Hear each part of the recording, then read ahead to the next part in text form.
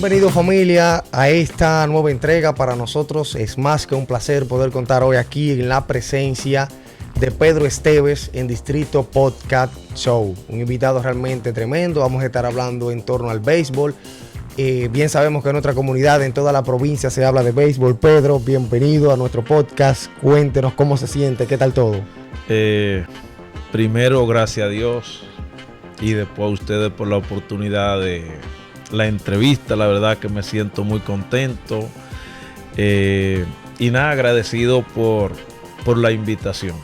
Bien, nosotros vamos a entrar directamente en materia. Sabemos que el tiempo es ahora mismo es oro, como decimos en todo momento, y nosotros quisiéramos que nos entrar de una vez en materia en torno a la historia suya, primero como profesional del béisbol, cómo entró, cómo se fue apegando a esa pasión que nos une a todos los dominicanos, por así decirlo, y realmente cómo llegó ese paso, cómo se hizo esa transición hasta que se convirtió en coach. Pero vamos primero a esos momentos de inicios en la pasión por el béisbol.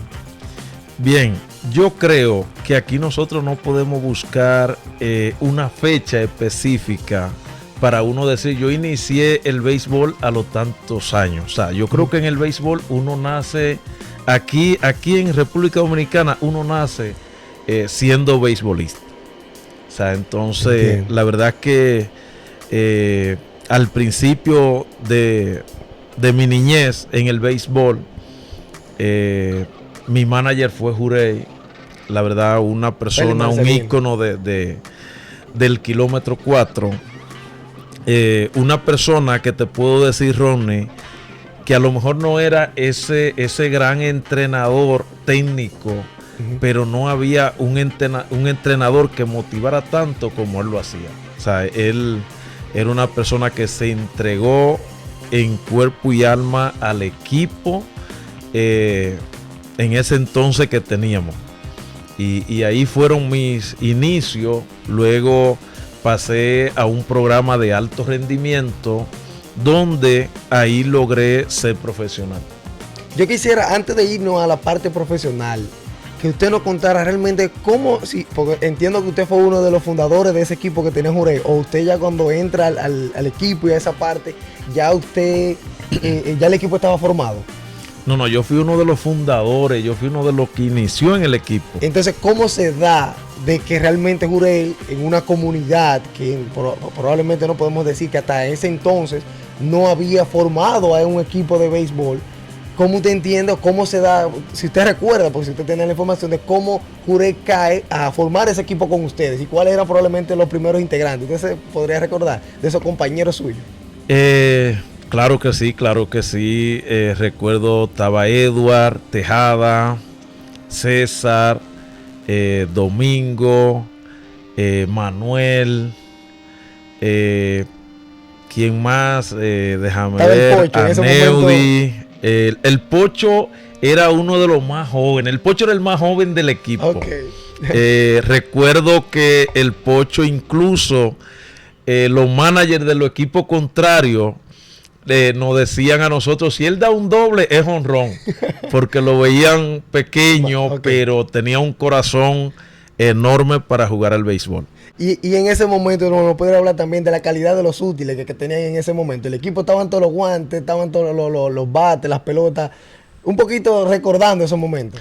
Mira, la verdad es que lo que te puedo decir es que nosotros éramos como 11, 12 jugadores de béisbol. 11, no más. Pero Jurey nos motivaba tanto que la verdad nos ponía a jugar todas las posiciones, las jugábamos bien, porque es que era que no teníamos tantos jugadores y muchas veces el que pichaba en el primer juego tenía que estar de cache en el segundo juego. O sea, esas limitaciones que probablemente fue una de las fortalezas de los que formaban el equipo, porque entonces no habían estelares. Probablemente el primera base era el picho, o era probablemente el primer bate y así por el estilo. Creo que en ese entonces el primera base de nosotros era César, un muchacho de la fe, pero con que sus raíces nacen desde aquí, desde la comunidad.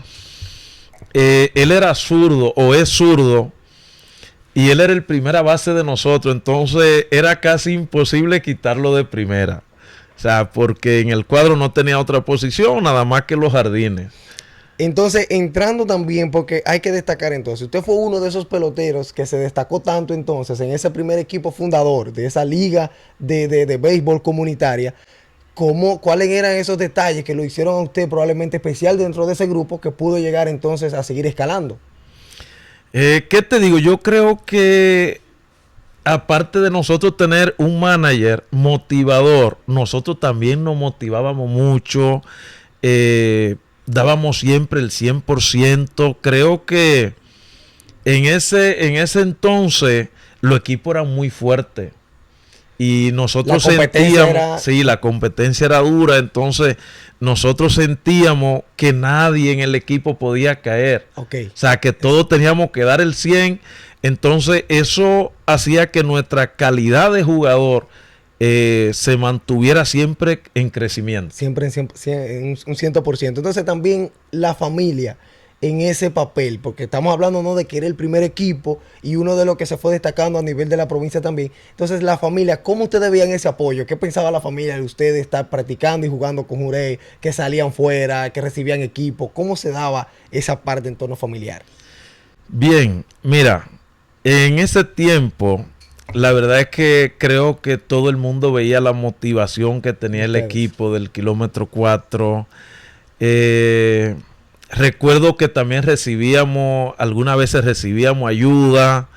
Y qué te digo, creo que no puedo dejar pasar por alto la esposa del manager, Mary, que era una mujer que siempre estaba apoyándonos también al 100%. Y todavía en el softball siempre ha mostrado esa pasión. Sí, siempre. Entonces, la familia, creo que la familia cuando nos veía jugar, como jugábamos, al ser pocos jugadores y el resultado que nosotros dábamos en el terreno de juego, creo que eso motivaba mucho a la familia a que nos apoyaran al 100% también.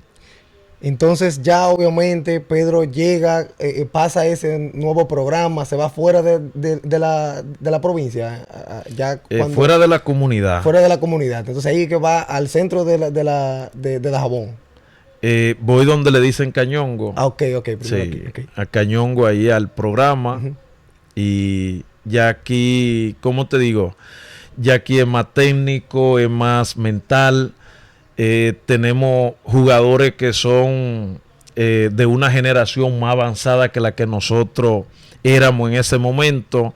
Entonces tú tienes delante de ti jugadores que tienen muchas cualidades. La competencia es mayor. Entonces ahora ya la competencia aquí es mayor y es donde tú también tienes que ser un jugador más pensativo, un jugador más disciplinado, más entregado, porque ya aquí tú tienes un sueño, una meta que tú la quieres ver cumplida, entonces es a fuerza de trabajo. ¿En qué posición usted se destacó entonces? ¿Y qué posición estaba jugando en ese momento?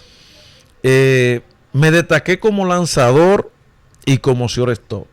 Ok, entonces, ¿cómo qué profesión es que usted llega a la firma entonces? Como shortstop. Y después de Cañongo, ¿qué hubo más? O si hubo un momento que lo catapultó, realmente ese nivel de competencia que usted estaba viviendo como, o sea, durante ese trayecto, esa estadía, por así decirlo, en Cañongo. ¿Cómo usted se sentía a nivel de la competencia entonces, sabiendo de que usted probablemente no había vivido el mismo béisbol que ya estaban acostumbrados esos muchachos, que eran un poquito más, como usted ya lo ha mencionado, destacados? ¿Qué te puedo decir? Mira, y si todo jugador puede dominar lo que te voy a decir, que es la preparación mental. Yo siempre fui un jugador muy competitivo. Me gustaba enfrentarme a jugadores que eran buenos en ese momento. Nunca me intimidé, o sea, siempre tenía una mente de competir, de decir no me voy a dar por vencido.